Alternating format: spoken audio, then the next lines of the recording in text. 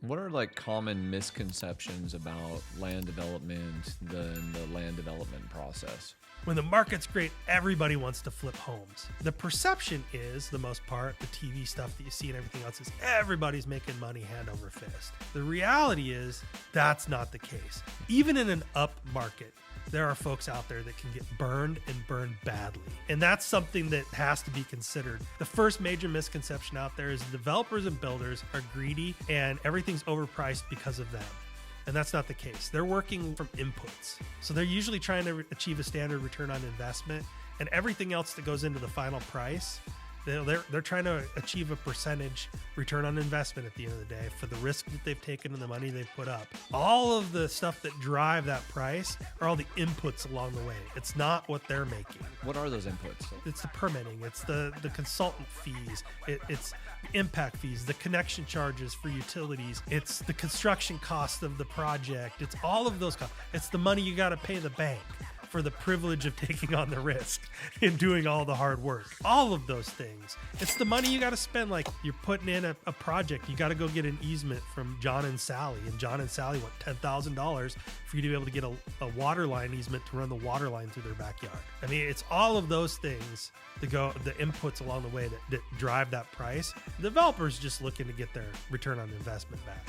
And it's usually standard. They have pro formas and they're like, I got to at least get this out of this. If I get more than that, that's great, but I've got to at least get this out of this. What would be the standard number that you see they're trying to achieve? You know, I hear it all across. I don't know if anybody's ever, truly given me their number. Yeah. Right. Because in some respects, it's a trade secret. It's a trade secret. It's a competitive aspect of what they do.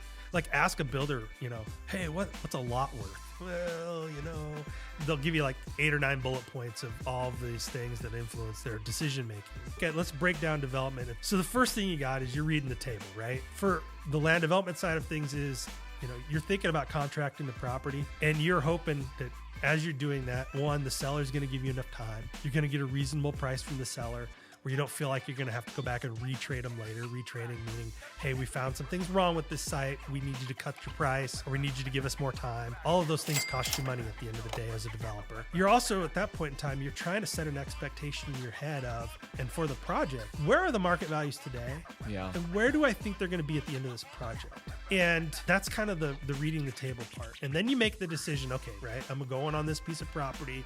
I'm contracting it up. We're starting feasibility. That's your buy-in. That's your initial buy-in. You're spending tens of thousands of dollars to go through due diligence feasibilities on a lot of these properties for a lot of these projects. You're checking for the major red flags, man. You're going out and you're having somebody look to see if there's critical areas, right? So you're doing a critical areas reconnaissance. Check to the biologist. You're making sure you don't have any steep slopes or hazardous soils or, soils that could liquefy in the case of an earthquake. So you're sending out a geologist. You're dropping test pits into the site. You're making sure the geology of the site works for what you're trying to do. You're evaluating utilities. How far away are they? How big are they?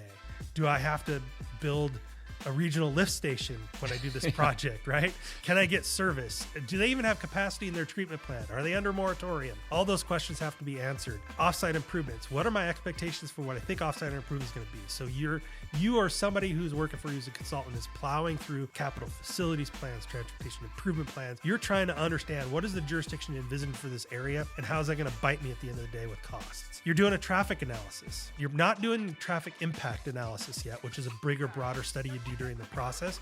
But you're doing a traffic impact analysis because what you're trying to do is understand, is there an intersection we know here is a problematic intersection and that's going to trip up the ability to develop because it's going to either require a really expensive improvement or the jurisdiction has to fix it, but they're not able to fix it yet because they don't have the money. Yeah, it's not in their budget. Everything is basically built by developers. And so when people don't understand, when all of a sudden that new townhome project goes in and that impacts that intersection, then the developer is the one paying for the brand new stoplight to replace the stop signs. And those stoplights right there start at 150 grand for one of the cheap ones and go up into the 200-300s per road.